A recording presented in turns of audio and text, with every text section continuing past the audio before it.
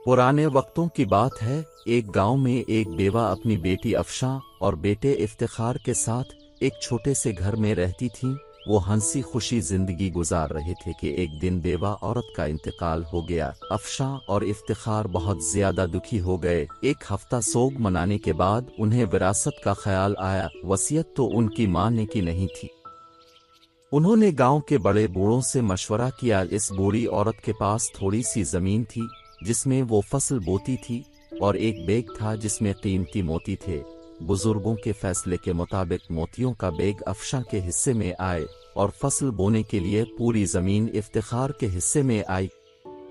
इस फैसले से अफशां तो मुतमईन थी, लेकिन इफ्तिखार इस बात के खिलाफ था कि उसे मेहनत करने के लिए बस एक जमीन दी गई, जबकि इसकी बहन को बैठे बिठाए कीमती मोती मिल गए।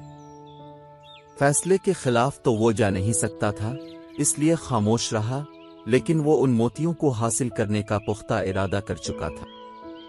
अफशां ने मोतियों का हार अपने इसी बैग में रखकर अलमारी में रख दिया और सोते वक्त वो इसको अपने तकिए के नीचे रख लेती थी। एक रात जब अफशां अपने कमरे में सो रही थी, इफ्तिखार दबे कदमों उसके कमरे में दाखिल हुआ और मौका देखकर तकिए के नीचे से वो हार उठाया और गांव से दूर जाकर जंगल में एक दरख्त के नीचे मिट्टी में दबा दिया, ताकि कुछ दिनों बाद जब ये मामला थम जाएगा तो वो इसे निकाल कर बेच देगा।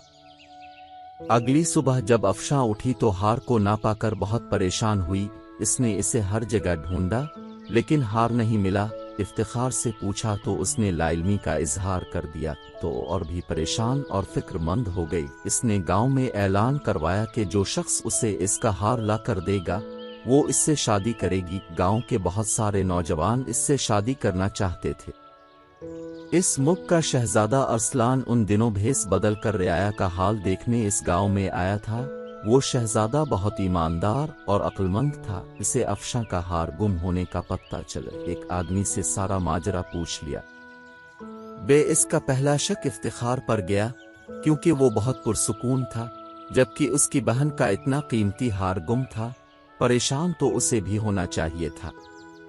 शहजादे ने अफशां की मदद का फैसला किया, इसलिए वो वापस महल नहीं गया, गांव में ही रुक गया। रात को इफ्तिखार इस हार को निकालने के लिए जंगल की तरफ जाने लगा। शहजादे ने इसका ताक़ुब किया। जैसे ही इफ्तिखार ने जमीन में से हार निकाला, शहजादे ने इसे पकड़ लिया और इसे अफशां के पास ले गया। शहजादे ने इसको सारा वाक़या बताया कि वो इस मुल्क का शहजादा है। वो इफ्तिखार को सजा देना चाहता था, लेकिन अफशां ने मना कर दिया। शहजादा अफशां की इस रहम दिल्ली से बहुत मुतासिर हुआ। अपनी बहन का यह हसन सलूक देखकर इफ्तिखार ने शर्मिंदा होकर बहन से मुआफ़ी मांग ली। अफशां ने इसे मुआफ़ कर दिया। अपने वादे के मुताबिक अफशां ने शहजादे से शादी कर ली और उसके साथ महल चली गई। इफ्तिखार अब इसी छोटे से घर में रहता है और इसी ज़मीन पर काम करता है, और शहजादा अरसलान और शहजादी अफशां हंसी खुशी जिंदगी गुजार रहे हैं, और वो मोतियों का हार अब भी अफशां के गिले में रहता।